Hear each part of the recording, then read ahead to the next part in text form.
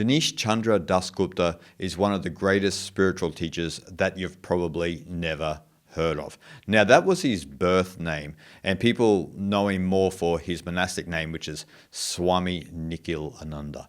Now, Swami Nikhilananda is one of my greatest teachers personally, and he's no longer with us. He died in 1973, but from beyond the grave, I've learned more from him than almost anyone on the spiritual path. He was such a giant, particularly in Vedanta circles and spirituality in general. He was like a lot of the other Swamis early in the order from the early 1900s all the way up into the 70s and 80s. And Swami Nikhilananda was introduced to Vedanta very early in his life by his parents.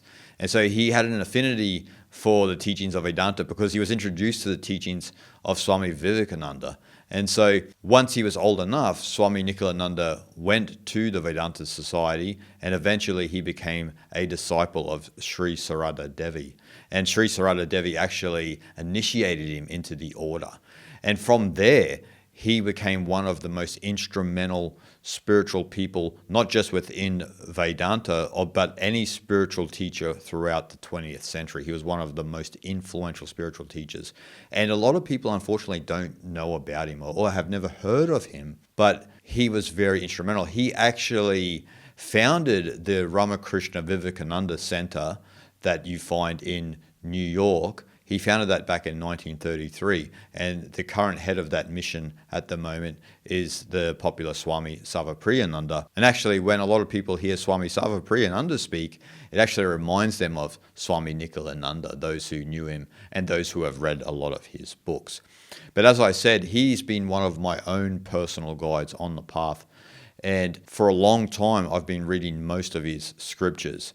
And there's always another one to read because he was an unbelievable translator from Sanskrit into English. He was an absolute genius. And the way that he can explain things in books is beyond anyone I've ever seen, particularly when they translate. But the way that he can translate concepts into English and make them cognizant for all of us in the English-speaking world is second to none. He was an absolute brilliant individual. And if you're interested in getting some of Swami Nikhilananda's books, then I highly recommend it. And like I said, I've read many of his books.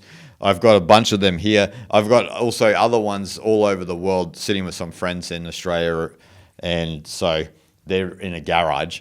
But the ones that I carry around with me, as you see here, this is the Upanishads. I mean, it's one of the most comprehensive volumes of the Upanishads that you will ever see.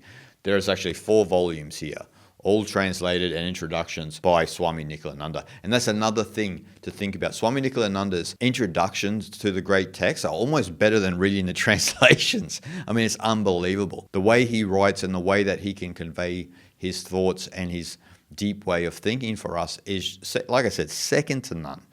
But I highly recommend getting something like this if you're interested in the Upanishads, you're interested in the original text, but you're going to need a few years to, mull on this one. And in my opinion, the greatest version of the Bhagavad Gita is Swami Nikhilananda's version of the Bhagavad Gita. Not really well known.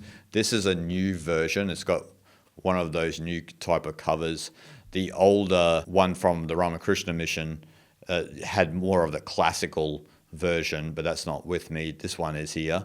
And so this one's recently published by Fingerpoint. And so I highly recommend getting this copy of the Bhagavad Gita. Because again, like I said, his ability to translate Sanskrit into English is second to none. Unbelievable. And so if you want to really get into the heart of the Bhagavad Gita, then I highly recommend picking that up. And also he's got some smaller books. Like if you look at the Dridrishya Viveka, right? This is one of the classic meditation manuals, but you can read this and, you sit down, have a cup of coffee and it's all over. But the Dridrishya Viveka is basically an inquiry into the nature of the seer and the seen.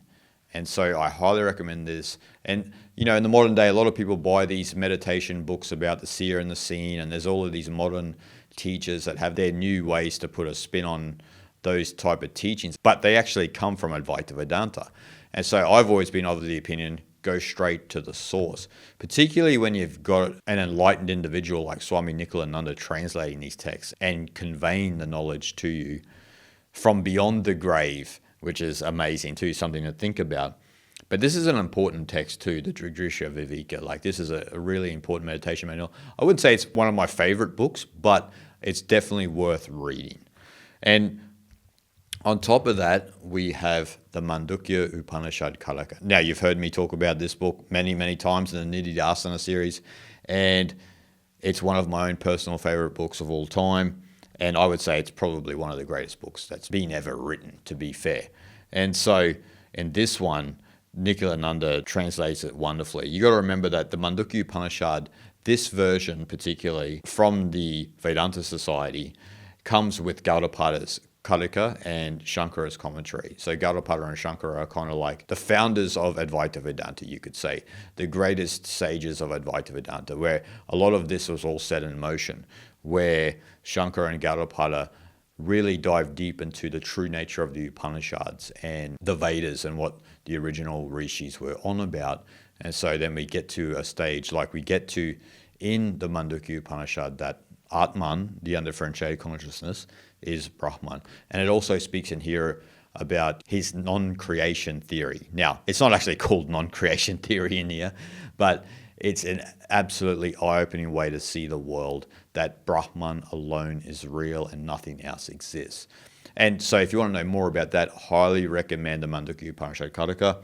And the last one I want to show you guys is self-knowledge, Atmabodha. Now, this is one of my favorite books of all time, like the Mandukya Upanishad Karika. Probably these two I would just take with me to a deserted island and just mull over them for the rest of my life. But like I said with the Bhagavad Gita, see, this is the original type of style from the Vedanta Society, from Advaita Ashrama.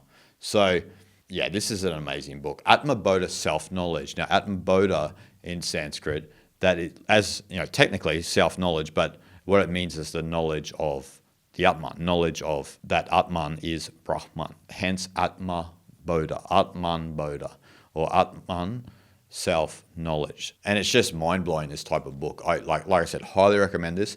And what I'll do for you guys is, so you can get some ideas of Swami Nikhilananda's writing.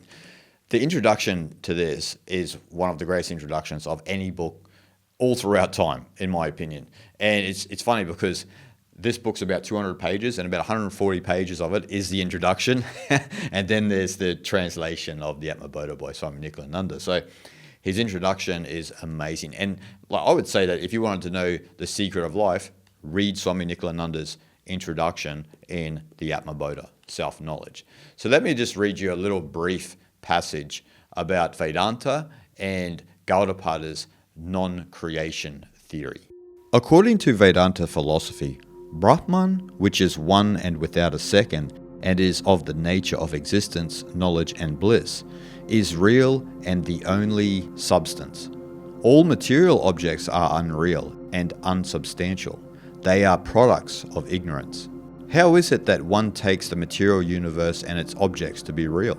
How have unsubstantial names and forms come into existence? If ultimate reality is one, why do we see the relative world and its multiplicity? What is the relationship between the one and the many, the absolute and the relative? These are the most puzzling questions of philosophy, and thinkers from time out of mind have proposed varying replies. Some believe in the creation of the universe by an external power called God, after the manner of the production of a pot by a potter or a piece of furniture by a carpenter. Some believe that God, or the power itself, has become the universe, and that the cause of the universe does not lie outside of it. Again, according to some extreme non-dualists like Gaudapada, there has never been any creation at all. Brahman alone exists, and all that is perceived is Brahman. If a man says that he sees the universe of multiplicity, he is the victim of an illusion. For when truth is known, duality does not exist. If names and forms really existed, one should be able to connect them by such relationship as cause and effect, or substance and attribute. But Gaudapada, in the commentary of the Mandukya Upanishad, known as the Karika, admirably refuted all the evidence of relationships and established the view that no creation ever took place, everything that existed being in reality the non-dual Brahman. The manifold universe has no existence because it is not perceived when knowledge is attained. Now that is just a sneak peek of the Atma Bodha, but you get the message, right? Absolutely amazing text.